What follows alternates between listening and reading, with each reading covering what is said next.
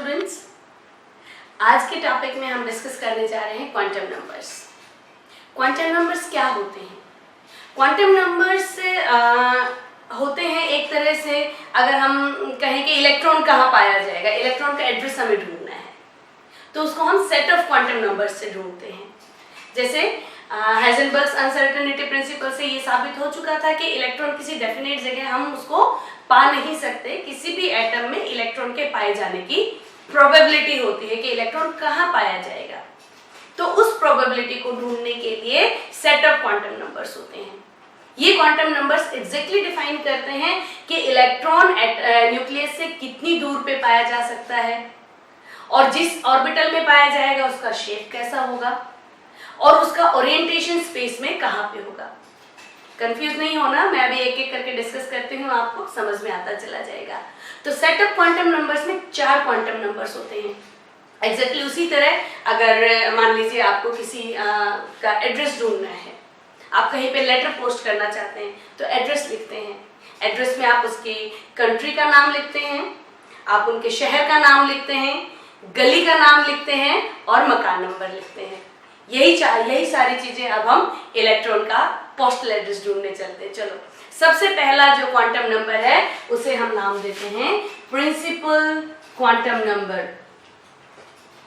Principal quantum number, इसको हम denote करते हैं किसी भी इंटीजर से, 1 2 3 एंड सो ऑन। ये है क्या? ये एक्चुअली आपको बताता है कि इलेक्ट्रॉन की न्यूक्लियस से दूरी कितनी है। तो इस तरीके से ये साइज के बारे में भी बता सकता है। 1 लोवेस्ट एनर्जी लेवल का शेल होता है, इन्हें हम शेल भी कह सकते हैं। शेल, वो लोवेस्ट एनर्जी लेवल का शेल जो न्यूक्लियस के बिल्कुल नजदीक है। तो अगर फर्स्ट शेल है तो उसका साइज सबसे छोटा होगा। सेकंड शेल, अगर सेकंड शेल की बात करें हम तो साइज और बड़ा, यानी कि न्यूक्लियस से दूरी बढ़ गई। तीसरा सेल अभी और बड़ा, न्यूक्लियस से और दूरी बढ़ गई। चौथा सेल और दूरी बढ़ गई। ये न्यूक्लियस से डिस्टेंस को बताता है और एनर्जी लेवल को इसी तरह से जितने दूर होता चला जाएगा उतना एनर्जी लेवल बढ़ता चला जाएगा। मिनिमम एनर्जी लेवल कौन से वाले शेल में होता है? जो न्यूक्लियस के सबसे नजदीक है। इसे हम कहते हैं प्रिंसिपल क्वांटम नंबर। अब हमने प्रिंसिपल क्वांटम नंबर के अंदर जाना है। अब हम इलेक्ट्रॉन को ढूंढने की और कोशिश करेंगे। हमें ये पता चल गया ये प्रिंसिपल क्वांटम नंबर 1 में है या 2 में है या 3 में है, किसी में भी है। इसके बाद हम ये देखेंगे कि वो वहां पर कहाँ पे कैसे शेप है, ऑर्बिटल की शेप कैसी है, कहाँ पे पाया जाएगा, उसके बारे में बात करते हैं। तो वो हमें बताता है अज़ीमुथल क्वांटम नंबर। इसको हम डिनोट करते हैं एल से। प्रिंसिपल क्वांटम नंबर को हम एन से डिनोट करते हैं। ये एल से डिनोट होता है और इसकी वैल्यू जो होती है, इसकी वैल्यू 0 से लेकर के n-1 तक हो सकती है। देखते हैं कैसे, क्या बता रही हूं मैं इसके बारे में, ये बात जान लेते हैं हम। इसका मतलब ये है कि अगर n = 1 है, हम पहले प्रिंसिपल क्वांटम नंबर में घुसे हैं, तो वहां पे l की वैल्यू कौन सी हो सकती है।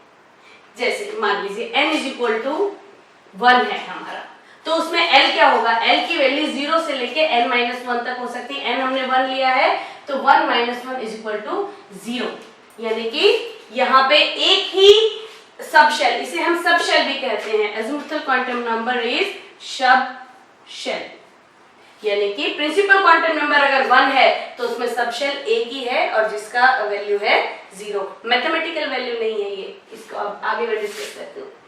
अगर हम प्रिंसिपल क्वांटम नंबर 2 की बात करें तो उसमें अज़ीमुथल क्वांटम नंबर्स कितने हो सकते हैं, देखते हैं। n = अगर हम 2 ले लेते हैं तो हमने क्या बताया, वैल्यू 0 से लेके n-1 तक रेंज करेगी और n-1 क्या हो गया? n is 2 - 1 that is 1। तो वैल्यू क्या हो जाएंगी?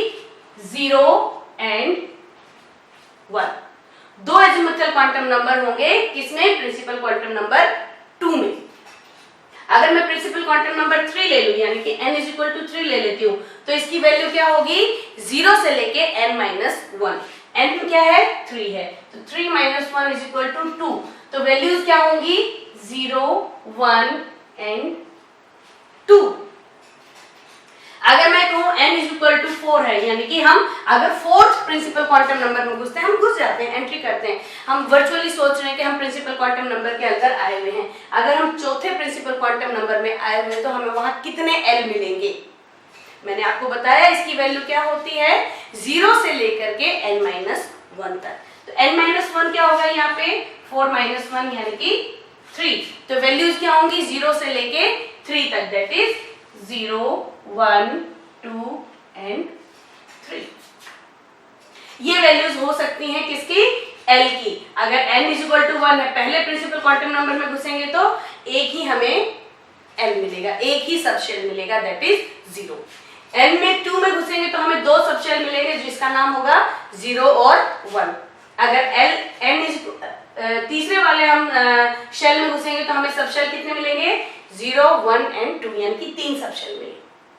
यहाँ पे एक और मजेदार बात बताती हूँ जो आप लोगों को बहुत इंटरेस्टिंग लगने वाली है। आप लोगों ने एसपीडी नोटेशंस के बारे में सुना है? Let's start right now.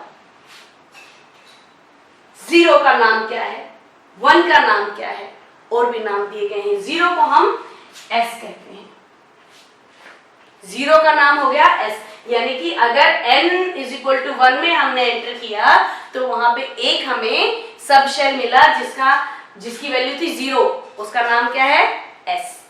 अगर वैल्यू 1 है तो उसका नाम होगा P, अगर वैल्यू 2 है तो उसका नाम होगा D, और वैल्यू 3 है तो उसका नाम होगा F।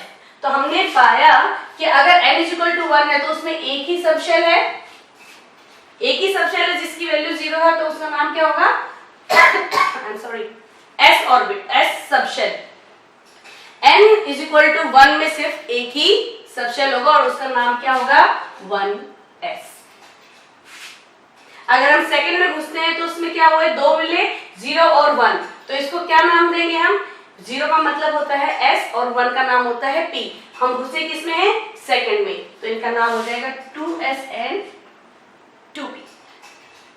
अगर हम थर्ड में एंट्री करते हैं तो हमें कितने मिले थे, 3 मिले थे, 0, 1, 2, that is S, P and D। 0 का मतलब S, 1 का मतलब P और 2 का मतलब D। और हम कौन से वाले में घुसे थे, थर्ड शेल में घुसे थे, तो इनका नाम क्या होगा, 3s, 3p and I am sorry 3d। अगर हम n इज इक्वल टू 4 में घुसे थे तो हमें कितनी वैल्यूज मिली थी L की, 0, 1, 2, 3। 0 का नाम है S, 1 का नाम है P, 2 का नाम है D, 3 का नाम है F। तो SPDF ना कह के हम इसको क्या कहेंगे, कौन से में एंट्री की थी हमने, फोर्थ में, तो क्या कहेंगे, 4s, 4p, 4d and 4f। Clear हुआ एजिमुथल क्वांटम नंबर? अब इससे अगला मैं क्वांटम नंबर आपको बताती हूँ, इनकी और सिग्निफिकेंस हम लोग करेंगे इलेक्ट्रॉनिक कॉन्फ़िगरेशंस के टाइम पे। हम अभी देखो कहाँ आ चुके हैं, हमने एक शेल में एंटर किया, कोई सा भी हो सकता है, से फॉर एग्जांपल हमने n इज इक्वल टू 2 में एंटर किया, तो हमें वहां पे कितने और सब शेल्स मिले, L की वैल्यू कितनी मिली, 0 और 1, यानी कि 2s और 2p। अब हमने 2s में भी घुस के देखना है, 2p में भी घुस के देखना है। 2s में हमें कितने और ऑर्बिटल मिलेंगे, 2p में हमें कितने ऑर्बिटल मिलेंगे। ये नंबर ऑफ ऑर्बिटल्स कौन बताएगा, ये अगला क्वांटम नंबर बताएगा। हम डिस्कस करते हैं।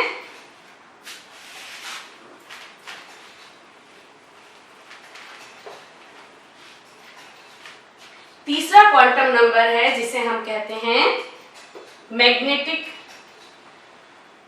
क्वांटम नंबर, और इसको हम m से डिनोट करते हैं।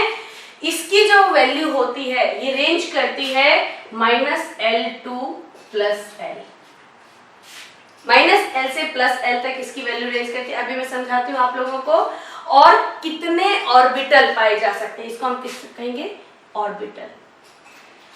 कितने ऑर्बिटल पाए जा सकते हैं किसी एक सबशेल में, ये कैसे कैलकुलेट करेंगे, 2l + 1 रूल से। चलो तो देखते हैं। अगर L इज इक्वल टू, हम मान ले L कौन से थे हमारे पास, 0, 1, 2, 3 यही थे, S, P, D, F। मान लो हम लोगों ने सेकंड शेल में एंट्री करी थी और सेकंड शेल में हम कहां चले गए थे, 2 हमें सब शेल मिले थे, 0 और 1, that is S and P। चलो 1 में एंट्री करते हैं। अगर हम 1 में एंट्री करते हैं तो हमें कितने ऑर्बिटल मिलेंगे, ढूंढते हैं। L इज इक्वल टू 1 है तो क्या हो जाएगा, 2 इंटू 1 प्लस 1 दैट इज 3। इसका मतलब P सब शेल में कितने ऑर्बिटल्स होंगे, 3 ऑर्बिटल्स होंगे। ये ओरिएंटेशन बताता है स्पेस में। इसमें सब शेल के अंदर ऑर्बिटल हुए, ऑर्बिटल स्पेस में कहाँ ओरिएंटेड है, X axis, Y axis, Z axis. इसके बारे में हम बाद में और डिस्कस करेंगे। कहने का क्या मतलब हुआ, P में कितने ऑर्बिटल्स मिले, 3। अगर हम 0 में घुसते यानी कि S सब शेल में घुसते तो क्या होता, 2 इंटू 0 प्लस 1 दैट इज 1। एक ऑर्बिटल मिलता हमें यहाँ पर।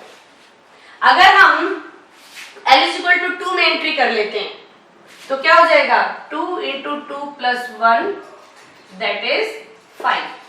तो 2 क्या था, D में कितने ऑर्बिटल हैं, 5 ऑर्बिटल हुए। अगर हम थर्ड में एंट्री करते हैं, 3L में एंट्री करते हैं तो 2 इंटू 3 प्लस 1 दैट इज 7, यानी कि S में कितने ऑर्बिटल्स हुए, 7 ऑर्बिटल्स हुए। इनको मैं ऑर्बिटल्स बना करके आपको दिखाती हूँ। इनकी वैल्यूज भी अभी हमें बतानी। वैल्यू कहाँ जाएंगी, -L से लेकर के +L तक। देखते हैं जरा इनकी वैल्यूज के बारे में बात करती हूँ मैं। मान लो S ऑर्बिटल है, ऑर्बिटल बनाते हैं हम। ऑर्बिटल को एक स्क्वायर से शो करते हैं, अगर ऐसे दिखाना है तो। शेप्स बाद में बात करेंगे। किसमें है एक ऑर्बिटल, S में। P में कितने ऑर्बिटल है, 3 ऑर्बिटल है। तो हम कैसे बनाएंगे इसको, 1 2 and 3। ये क्या है, P का है। D में कितने ऑर्बिटल हैं, वेरी गुड, 5 ऑर्बिटल्स। तो हम कैसे शो करेंगे इसको, 1 2 3 4 and 5। F में कितने ऑर्बिटल्स हैं, 7 ऑर्बिटल्स हैं, 1 2 3 4 5 6 and 7 ऑर्बिटल्स। अब इनको नाम भी तो देना है हमने, हमें क्या मालूम कौन सा वाला ऑर्बिटल। तो कहां से रेंज करेगी वैल्यू इसकी, -L से +L तक। तो -L यानी कि ये है कौन सा, ये तो 0 है, कोई दिक्कत ही नहीं है। P की वैल्यू क्या होती है, 1। तो इनका नंबर यहां से शुरू करेंगे, -1 0 and 1। D की वैल्यू क्या है, 2। तो कहां से जाएगा, -2 से लेके +2 तक। देखें जरा, -2 -1 0 1 and 2। F -3 से लेके +3, देखें -3 -2 -1 0 1 2 and 3। क्लियर हुआ ये पॉइंट्स आपको। प्रिंसिपल क्वांटम नंबर ने आपको बताया नंबर ऑफ शेल्स, कौन से शेल में इलेक्ट्रॉन है। एजीमुथल क्वांटम नंबर में बताया कि उस शेल में कितने सब शेल पाए जाएंगे, और सब शेल्स कौन से होते हैं, SPDF। मैग्नेटिक क्वांटम नंबर में बताया कि पर्टिकुलर सब शेल में कितने ऑर्बिटल्स हो सकते हैं। ऑर्बिटल्स ये लगा लो कि एक घर में कितने कमरे हैं, घर मिल गया, हमें कमरा ढूंढना है कि किस कमरे में इलेक्ट्रॉन पाया जाएगा। तो वो क्या हो गया, मैग्नेटिक क्वांटम नंबर ऑर्बिटल्स बताता है। S में एक ऑर्बिटल है, P में 3 ऑर्बिटल है, D में 5 ऑर्बिटल और F में 7 ऑर्बिटल्स हैं। अब यहाँ हम बिल्कुल इलेक्ट्रॉन के पास पहुंच चुके हैं। इलेक्ट्रॉन्स हमें पता चल गया है, या तो इनमें से किसी में भी अगर हमें बताया जाएगा, अभी हम बताएंगे कैसे कैलकुलेट करते हैं, इनमें से कहीं पहुंच गए हैं। अब एक आखिरी क्वांटम नंबर बचा है जिसे हम कहते हैं स्पिन क्वांटम नंबर। क्या कहते हैं, spin quantum number. 4th is spin quantum number. इसको हम S से डिनोट करते हैं और इसकी वैल्यू होती है ±½ इसका क्या मतलब है, इसका ये मतलब है कि एक ऑर्बिटल में 2 ही इलेक्ट्रॉन हो सकते हैं और एक ऑर्बिटल में उन दोनों इलेक्ट्रॉन का सेम स्पिन नहीं होगा, अपोजिट स्पिन के होंगे। ये मान लीजिए ये एक ऑर्बिटल है, तो एक इलेक्ट्रॉन इसमें ये क्लॉकवाइज स्पिन का होगा, दूसरा इलेक्ट्रॉन इसमें एंटी क्लॉकवाइज का होगा। This is right. अगर कोई आपको ऐसे कहता है ये ऐसे इलेक्ट्रॉन पाए जाएंगे, नो, या फिर इलेक्ट्रॉन ऐसे पाए जाएंगे, नो, इलेक्ट्रॉन हमेशा अपोजिट स्पिन में पाए जाएंगे। तो इस इलेक्ट्रॉन की वैल्यू होगी +½ और इस इलेक्ट्रॉन की वैल्यू होगी -½ एंटी क्लॉकवाइज की -½ और क्लॉकवाइज की +½ क्लियर हुआ पॉइंट मेरा आपको, वेरी गुड। ये तो हो गया, आपको मैंने बताया कि इलेक्ट्रॉन ढूंढने का रास्ता है। चलो क्वांटम नंबर्स तो मैं आपको बता चुकी हूँ, लेकिन अगर मैं कहूँ कि इलेक्ट्रॉन्स ढूंढो भाई कहाँ इलेक्ट्रॉन पाया जाएगा, तो एक छोटा सा एग्जांपल लेते हैं। सॉरी, अगर आपको क्वांटम नंबर्स दे दिए जाएं, मान लो हमें दे दिया प्रिंसिपल क्वांटम नंबर n की वैल्यू, मैं ये इरेज कर देती हूँ,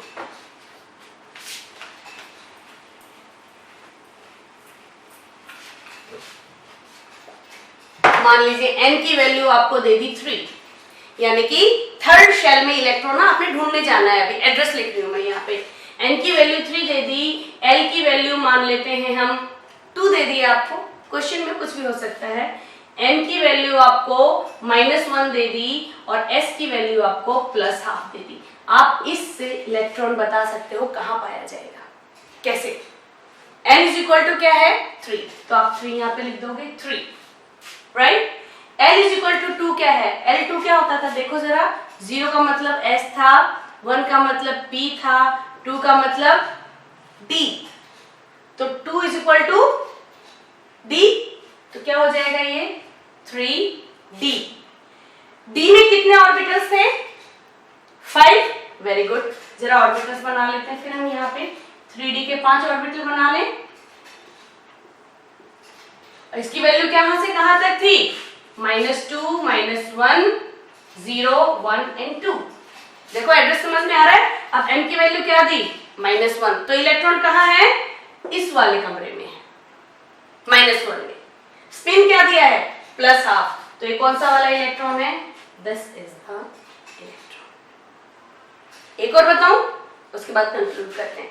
चलो मान लेते हैं कि आपको n की वैल्यू, अब आप बताएंगे n की वैल्यू अगर मान लो आपको 4 दे दी, l की वैल्यू 2 दे दी, n की वैल्यू -2 दे दी और s की वैल्यू -½ दे दी, तो बताओ सबसे पहले हम क्या लिखेंगे, सबसे पहले n देखेंगे, देश का नाम, कहां 4, उसके बाद हम क्या जाएंगे 2, l = 2 का क्या मतलब होता है d, क्या हो गया 4D।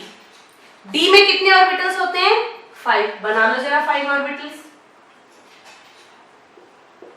और इनकी वैल्यूज कहां से कहां तक होती है -2, -1, 0, 1 and 2। हमें क्या दे रखी है -2, तो इलेक्ट्रॉन कहां है, डेफिनेटली यस, ये रहा इलेक्ट्रॉन, और स्पिन कौन सा है माइनस है, तो ऊपर होगा या नीचे होगा, डेफिनेटली नीचे।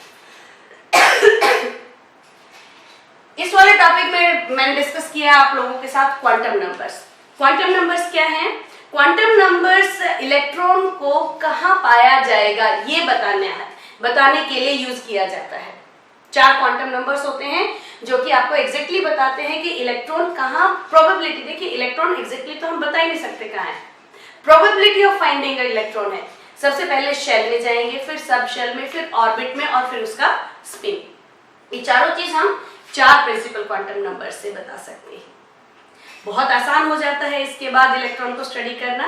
और अब हम अगले वीडियो में मैं आप लोगों के साथ बात करूंगी कुछ इंपॉर्टेंट रूल्स की, इलेक्ट्रॉनिक कॉन्फ़िगरेशन की।